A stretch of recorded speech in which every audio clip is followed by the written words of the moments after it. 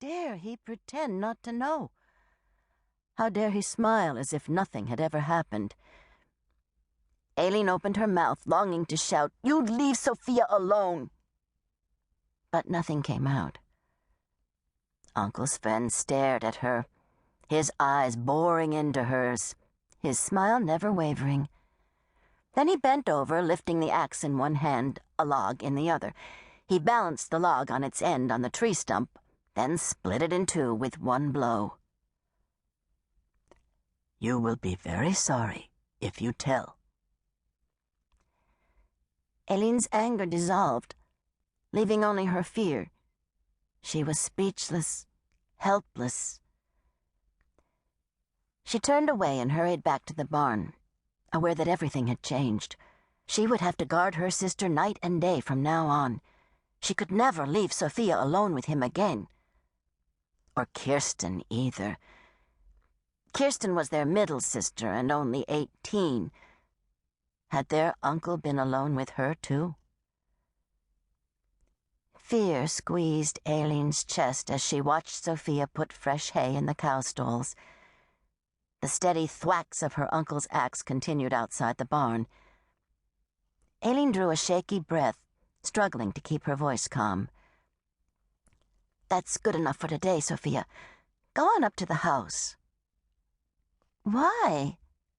What's wrong with you? Your face is as white as milk." "Nothing's wrong."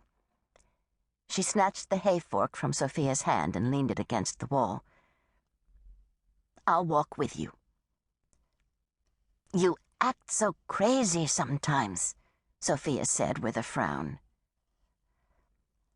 "No one will believe you, Elin.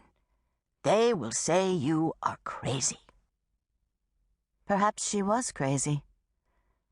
The pressure in her chest increased as she drew another painful breath and tried to speak casually. What was Uncle Sven doing in here? "You'll never guess." Sofia's pale blue eyes sparkled with happiness. "He said I could ride to the village with him tomorrow if I wanted to.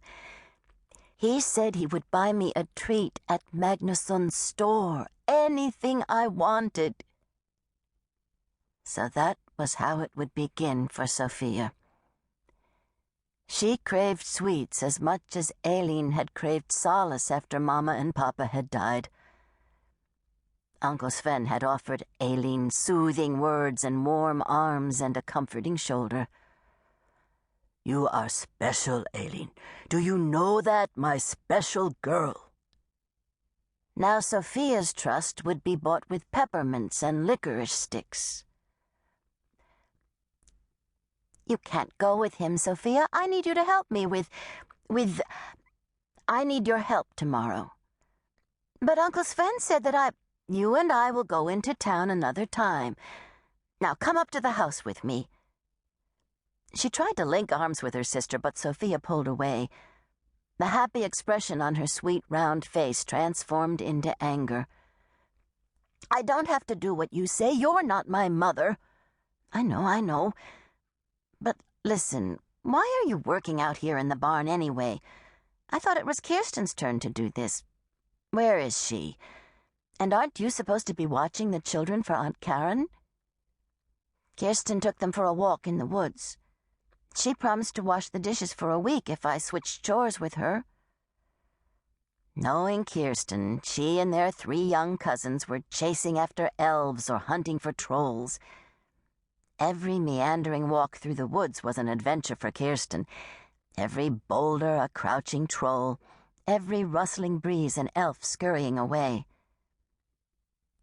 Elin felt her stomach turn over as she remembered how often Kirsten had worked alone in the barn these past few weeks. But no, Uncle Sven wouldn't be able to deceive Kirsten, would he? For one thing, she never slowed down or stood still long enough to become ensnared by his lies. And for another thing, she was as sturdy and bold as their Viking ancestors, seldom following anyone's rules, acting more like a boy than a girl much of the time. Kirsten would much rather escape from work altogether and explore the forest than sit by